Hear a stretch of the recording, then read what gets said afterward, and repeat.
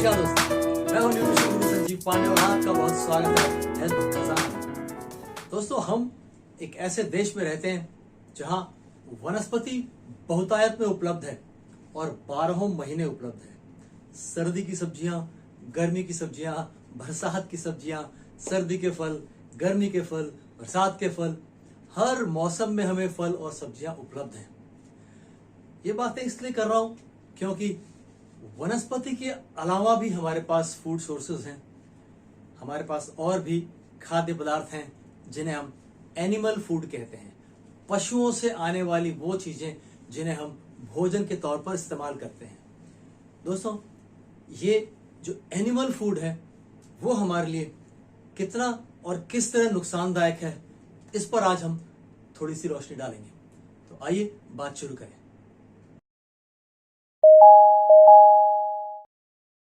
दोस्तों, संभवतः animal food का चलन तब आया जब इंसान आज वाला इंसान नहीं था, वो आदि मानव रूप में था।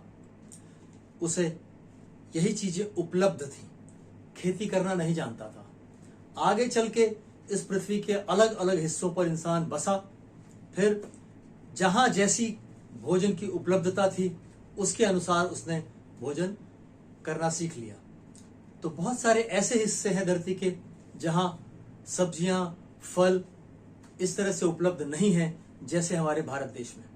तो वहां उनका इस तरह का चलन हुआ। कुछ ऐसी जगह हैं जहां रेगिस्तान है, कुछ पैदावार ही नहीं होती। कुछ ऐसी जगह हैं जहां साल के 6 महीने बर्फ से ढका रहता है, तो कुछ पैदा ही नहीं होता। वहां उन्होंने अपने साधन पैदा कर लिए। लेकिन भारत जैसे देश में जहां फल और सब्जियां बहुतायत में उपलब्ध हैं, वहां कोई ऐसी मजबूरी नहीं है। फिर भी हमने उन लोगों का जो चलन था उसे अपना लिया। वो अपनी आवश्यकता अनुसार एनिमल फूड कंज्यूम कर रहे थे और हमने उसे फैशन के तौर पे अपना लिया और आज बहुतायत में उसका चलन है। तो दोस्तों, आइए समझते हैं कि ये एनिमल फूड क्यों हमें अवॉइड करने की कोशिश करनी चाहिए। मैं नहीं कहता आप बंद कर दीजिए, आपको बहुत पसंद है, अपने स्वाद को तृप्त करने के लिए कभी कभार ओके। जैसे जो भी चीजें हानिकारक हैं, है ना, मीठा खाने की बात होती है, तला भुना खाने की बात होती है, कभी कभी इज ओके, महीने में 2 बार 3 बार, लेकिन हफ्ते में 3 बार जाएंगे तो दिक्कत है। तो पहला जो नुकसान है वो जो एनिमल फूड है उसके अंदर बहुतायत में सैचुरेटेड फैट पाया जाता है। काफी मात्रा में सैचुरेटेड फैट पाया जाता है और ये सैचुरेटेड फैट जिम्मेदार है आज हम जो अपने आसपास हार्ट डिजीजेस देख रहे हैं, लोगों को स्ट्रोक आ रहा है देख रहे हैं, है ना।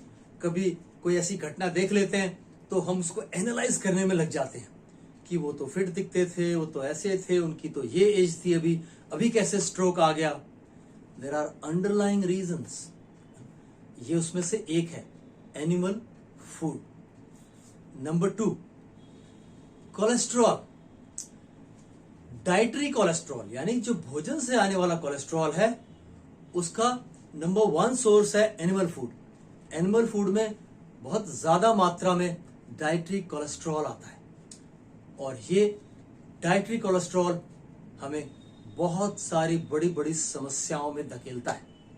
जैसे जितनी भी कार्डियोवैस्कुलर प्रॉब्लम्स हैं, आपके हार्ट से रिलेटेड जितनी भी प्रॉब्लम्स हैं, उन सब का कनेक्शन इस डाइटरी कोलेस्ट्रॉल से है। तो जितना कम उतना अच्छा।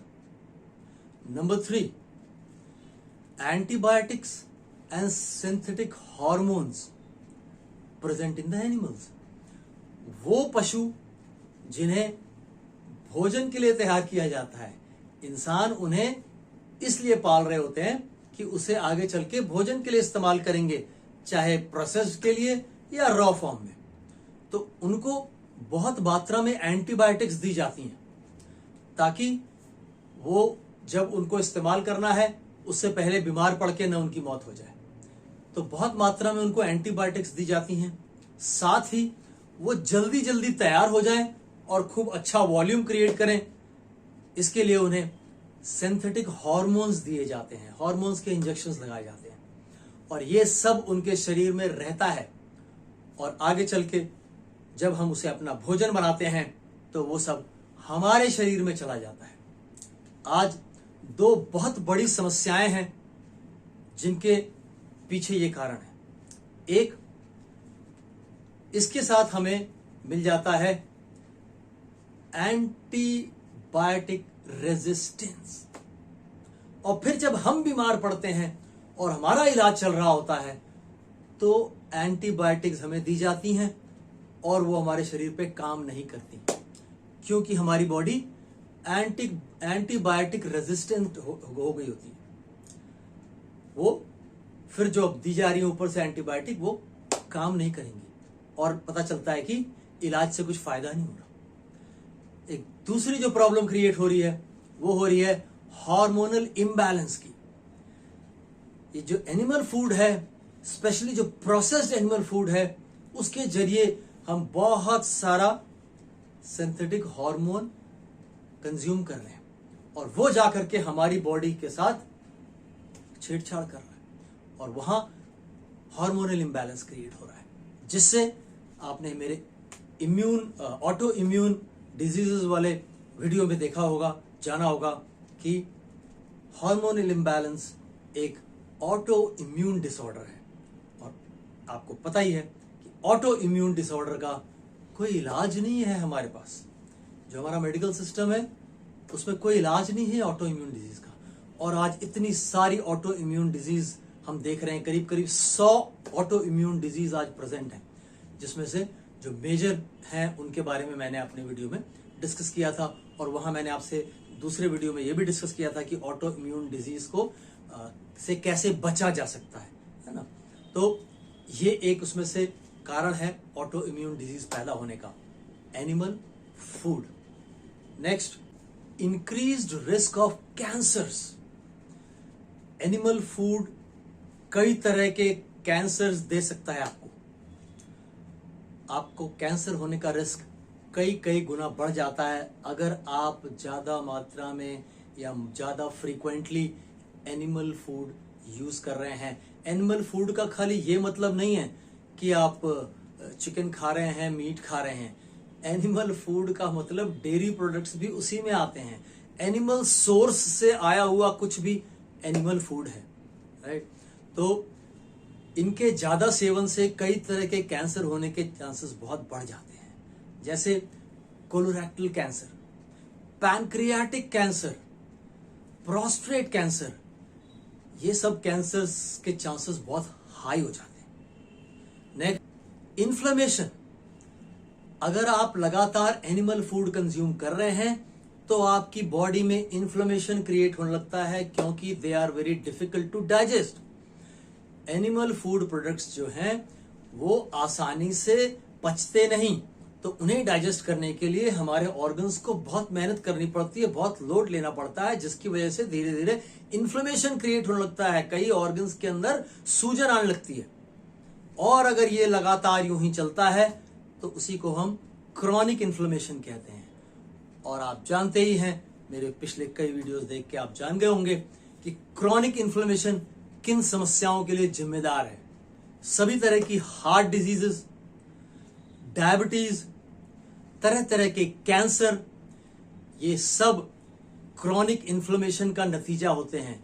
जब हमारे शरीर के अंग, ऑर्गन्स लगातार सूजन में रहते हैं, लगातार इन्फ्लेमेशन बना रहता है उन पर, लगातार उन पर लोड हाई रहता है, तो इस तरह की समस्याएं पैदा होने लग जाती हैं। Next, lack of fibre. Animal food में पशुओं से संबंधित जो आहार हम लेते हैं उनमें फाइबर नहीं होता, जीरो फाइबर होता है। और आप जानते हैं कि फाइबर हमारे डाइजेस्टिव सिस्टम के लिए एक वरदान है। उसके लिए बहुत ही आवश्यक है डाइटरी फाइबर, हमारे भोजन में रेशा आए, ये बहुत जरूरी है अगर आप चाहते हैं कि आपका पाचन तंत्र सही से काम करता रहे। तो अगर आप लगातार एनिमल फूड पर डिपेंडेंट हैं, बहुत फ्रीक्वेंटली एनिमल फूड ले रहे हैं तो आपके शरीर में फाइबर की डेफिशिएंसी क्रिएट हो जाती है और ये डेफिशिएंसी आपको तरह तरह की गैस्ट्रो इंटेस्टाइनल डिसऑर्डर्स देती है। आपके पाचन से संबंधित तमाम तरह की परेशानियां हो जाती हैं। लोग मिलते हैं और कहते हैं 10 साल से इलाज करा रहा हूं, 12 साल से इलाज करा रहा हूं, कोई इलाज नहीं होता। और अगर आपका पाचन ठीक नहीं रहेगा तो आपके शरीर का कोई भी हिस्सा ठीक से काम नहीं कर सकेगा, क्योंकि जो कुछ आप खाएंगे पिएंगे, जो कुछ पोषण अपने शरीर को देंगे वो ढंग से आपके शरीर तक पहुंच ही नहीं सकेगा। Next, increased risk of type 2 diabetes. ज्यादा एनिमल फूड कंज्यूम करने वाले लोग हायर रिस्क पर रहते हैं टाइप 2 डायबिटीज के। क्यों? क्योंकि एनिमल फूड में बहुत ही अनहेल्दी फैट होता है ज्यादा मात्रा में, साथ ही जो प्रोसेस्ड एनिमल फूड आता है उसमें बहुत ज्यादा मात्रा में एडिटिव्स होते हैं और ये मिलकर के आपकी बॉडी में इंसुलिन रेजिस्टेंस क्रिएट कर देते हैं, जिसकी वजह से आप टाइप 2 डायबिटीज के शिकार हो जाते हैं। और फिर हमें ऐसा सुनने को मिलता है कि इनको कैसे डायबिटीज हो गया, वो तो ज्यादा मीठा खाते भी नहीं थे। दोस्तों, ये एक मिथ है कि मीठा खाने से डायबिटीज होता है। ये आप एक मेरा वीडियो है ना, डायबिटीज द मिथ, उसमें जाकर के देख सकते हैं कि डायबिटीज के एक्चुअल रीजंस क्या होते हैं। और उनमें से एक ये रीजन है कि अगर आप हाई एनिमल फूड पर हैं तो आप हायर रिस्क पर हैं टाइप 2 डायबिटीज के। उम्मीद है आप इन चीजों का ख्याल रखेंगे और मैं नहीं कहता कि बंद कर दीजिए, लेकिन अवॉइड करिए जहां तक कर सकते हैं, मिनिमाइज कर दीजिए जितना कर सकते हैं। कभी कभार स्वाद लेना है, ओके, राइट। दोस्तों, स्वस्थ रहिए, मस्त रहिए। जय हिंद।